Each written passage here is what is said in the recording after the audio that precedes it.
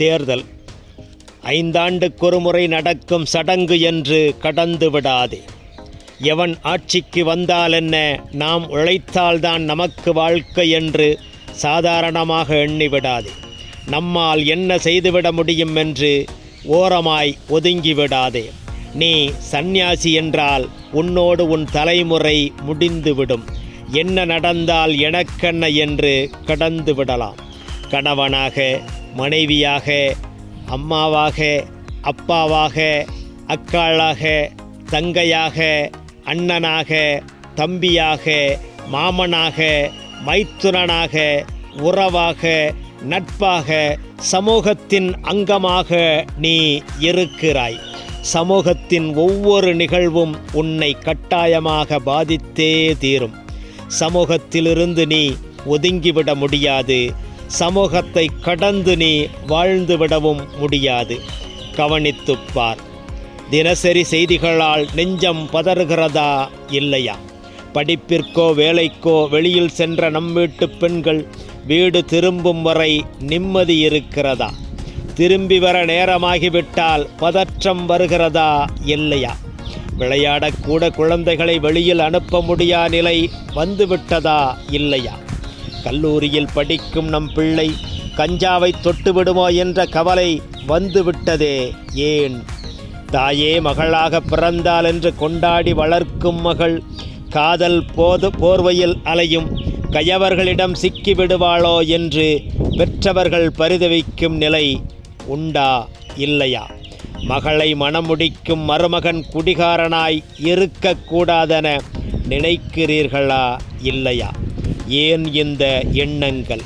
குடியால் உடல்கட்டு இளமையில் இறந்து போனவனால் 30 வயதிற்குள் விதவையானவளை வீதியெங்கும் பார்க்கும் அவலத்தில்தானே நம் மகளை நினைத்து பயம் வருகிறது. காதல் வேட கயவர்களால் சீரழிந்த மகள்களை பார்த்ததால்தானே நம் மகளை பற்றிய பயம் வருகிறது.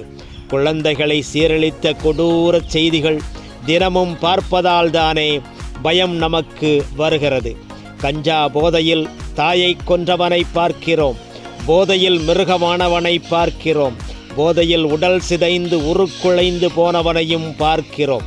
குற்றச் சம்பவங்களுக்கெல்லாம் போதையே காரணம். ஊழலும் விலைவாசியும் நிச்சயம் நம்மை பாதிக்கும்.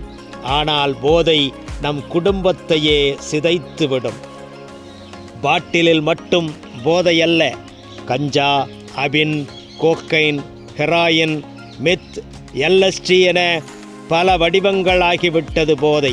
கொண்டாட்ட இடங்களில் தாராளமாக புழங்குகிறது.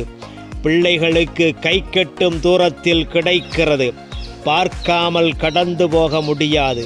தொடாமல் இருப்பது கடினம். தொட்டவனை காப்பாற்றுவதும் கடினம். போதையை தடுக்க என்னால் எப்படி முடியுமென்று நினைக்காதே. உன்னிடம் இருக்கும் ஆயுதம்தான் ஓட்டு.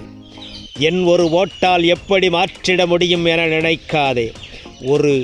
ஒரு மழைத்துளிகள் சேர்ந்துதான் பெருவெள்ளம் உருவாகிறது. ஒரு ஓட்டுக்கள் சேர்ந்துதான் வெற்றியை தீர்மானிக்கின்றன. ஒரு ஓட்டு அதிகம் வாங்கினால் கூட வெற்றி தீர்மானிக்கப்படும். அந்த ஒரு ஓட்டு உன் ஓட்டாக இருக்கட்டும். போதையை கொடுப்பவனை, போதைக்கு உடன் இருப்பவனை, கலாச்சாரத்தை கெடுப்பவனை, பண்பாட்டை சீரழிப்பவனை, பெண்களை கடத்துபவனை, பிள்ளைகளை பெற்றவர்களின் நிம்மதியை தொலைத்தவனை, சமூகத்தை சீர்கெடுக்கும் இந்த சண்டாளர்களை ஓட ஓட விரட்டு. அதுதான் உன் ஒரு ஓட்டு. சண்டாளர்களுக்கு சவுக்கடி கொடுத்து சரியானவர்களுக்கு ஓட்டு போடு. கருப்பு சனியன்களை ஒழித்து கருப்புமை விரல்களில் தீட்டு.